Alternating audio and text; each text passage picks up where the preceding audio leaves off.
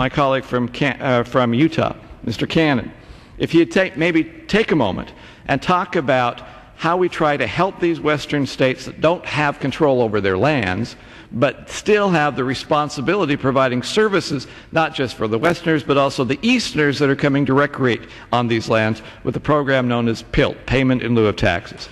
Mr. Cannon? I thank the gentleman from Utah, my colleague, for recognizing me and for organizing this event. And you've seen his blue chart. I grew up thinking that blue meant Republicans. We had this anomaly here recently because red normally meant the Soviets, and I have here a map of the United States, and when Ronald Reagan saw this map, it was in red. That is, the public lands that you see mostly in the western part of the United States were in red, and he looked at that and he compared that to a Soviet state. Never had he seen, he said, anything so much government domination as is expressed by that since the Soviet Union.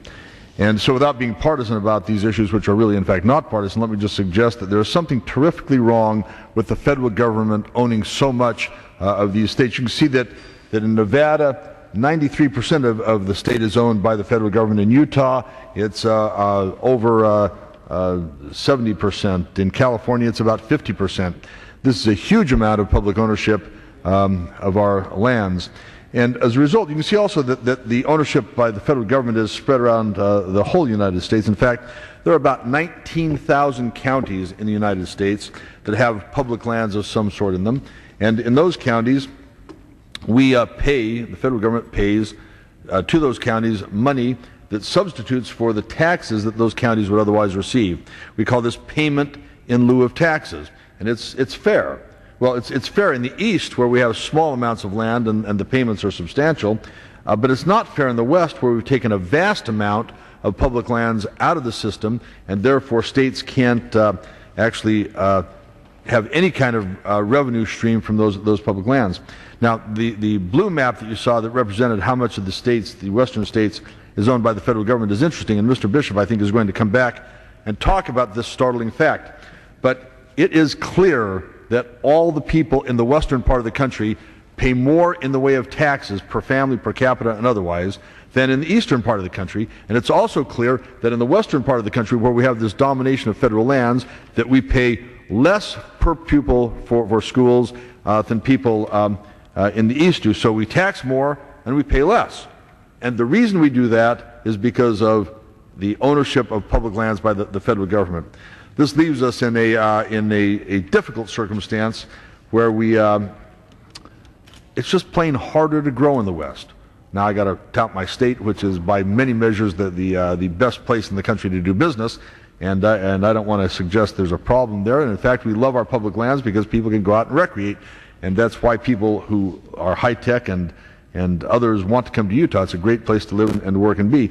But you have to buy into the fact that if the federal government owns that property, you have to pay more in the way of taxes. Now, I have many friends who live in the Northeast who have said to me over time, these are America's lands. And if you look at the map, you've got a little bit in New Hampshire and Maine, and there's some sprinkling around here in the eastern part of the country. But when they talk about America's lands, they're talking about the public lands in the West.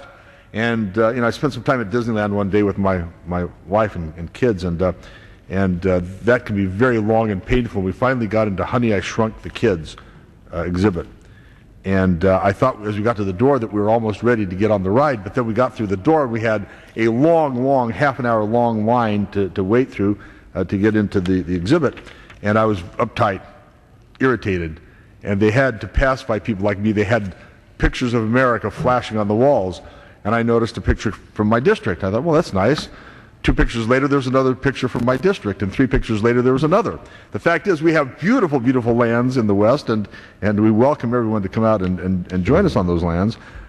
But if they are America's lands, then we have a responsibility as Americans to pay the cost of those lands. If we're not going to use them productively, if we're not going to tax them for productive use, then we have an obligation in America to pay for those lands. Well, the gentleman yield for just one question. Be pleased to yield. And simply, one of the things I've been hearing so many times, and you may have said this already earlier, that PILT, that this payment for all these lands, is nothing more than a handout for the poor western counties. Is this a handout, or is this a responsibility that we have for these lands? let's see, is that a handout or a hand in our pockets by the federal government? This is, in fact, not a handout at all. Every county in the country taxes its public lands. Every county does. Every state has a regime for taxing public lands. But we can't, because the federal government is sovereign, we can't tax lands that are owned by the federal government. So if you want people to be there for search and rescue when you get lost in some of the beautiful parts of my county or my state, we expect to be paid for that. And it's not an expectation that's vacuous or whiny. It's an expectation based upon what we are giving up in these western states, and in Utah in particular. If I might be able to ask the gentleman to yield one more time here as well. We're talking about what these lands can do and how we can benefit the constituents that are out there in these western lands as well. And one of it deals with the bounties that have been placed in there in these western lands, and what we can do if we actually bring them about.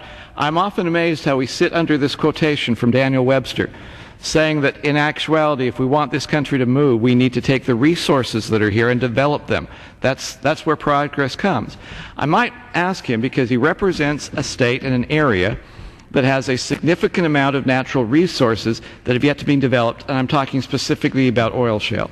I notice that he's been joined here on the floor by Representative Peterson of Pennsylvania, two people who understand our energy policy specifically, and who realize that some of the energy policies that we have been talking about passing on this floor are going to have a negative effect on people, on real people. And I'm wondering if he could spend some time about the potential of oil shale and what it can do. And I guess the basic question is it really possible to remove ourselves from a dependency on foreign sources of energy? I would thank the gentleman. In fact, I paid, I think, $3.09 the last time I bought gas. When I took my daughter, one of my daughters, up to school about 5 years ago, there was a gas war. We had low prices, it may have been 6, and I paid 75 cents a gallon for gas, and of that 75 cents, 42 cents was taxed. We're now paying 42 cents on the gallon of gas that is over $3. These are amazing numbers, and why are we there? Well, we're there because we've had policies that have restricted the development of oil and gas in the country. There are two things I want to comment on just quickly in response to that question. The first is that we have 250 billion tons of coal in America, representing about 600 or 800 billion barrels of gasoline if we did coal to liquids. But and a lot of people know that we're the Saudi Arabia of the world for coal, but very few people understand that we have more oil in our shale that's easily recoverable in Colorado, Wyoming, and Utah than exists in all of Saudi Arabia. And if you look at the more difficult or more expensive to recover shale, it's 2 or 3 times everything that you have in the Middle East. So if we could just develop our shale, we would, or the oil that's in our shale, we would do remarkably well for America. And let me just give you a sense of this. In other words, think of all the oil that comes out of Saudi Arabia, all the oil that comes out of Venezuela, all the oil that comes out of Mexico. We could easily replace that at a teeny fraction of the oil we have available in shale in those countries. And by the way, you asked the question, Mr. Bishop, is it possible to actually get the oil out of that shale? Well, the Lithuanians, or I'm sorry, the Estonians have been doing it for 60 years. They've been producing oil out of shale for 60 years. The shale that we have in Utah is better, has much more oil, and in fact, in 60 years we've made massive progress technologically. The answer is unequivocal. We can do it. The federal government owns the bulk of this shale. We need to assure that we can do it quickly without the kind of burdens. Let me just take a moment to tell you, we have a mine in Utah. It cost $330 million to develop that mine in 1977. The first thing I did when I came to Congress was to stop the BLM from spending $50 million to shut that mine up so that it would be, as they said, safe. We now have released that mine, but it's taken almost 2 years in a mine that's already developed to get to the point of licensing that so the people that release the mine can produce. And the production is based upon a very narrow, limited set of circumstances. We are in the way. The federal government is in the way of energy self-sufficiency for the United States, and the people of America ought to say we want to get out of the way. And by the way, for the people of America, this body is actually an interesting place. People do what Americans want us to do. You want cheaper oil? Tell your congressman to get with it and help us change the policies so we can develop our oil, particularly the oil and gas in the shale in the United States. And I know that Mr. Peterson is going to talk about oil and gas, so well, I appreciate it. If I can reclaim for just a moment here, and I hope Mr. Cannon may have a chance to join us a little bit later. We're talking about energy policies. It has an impact on people.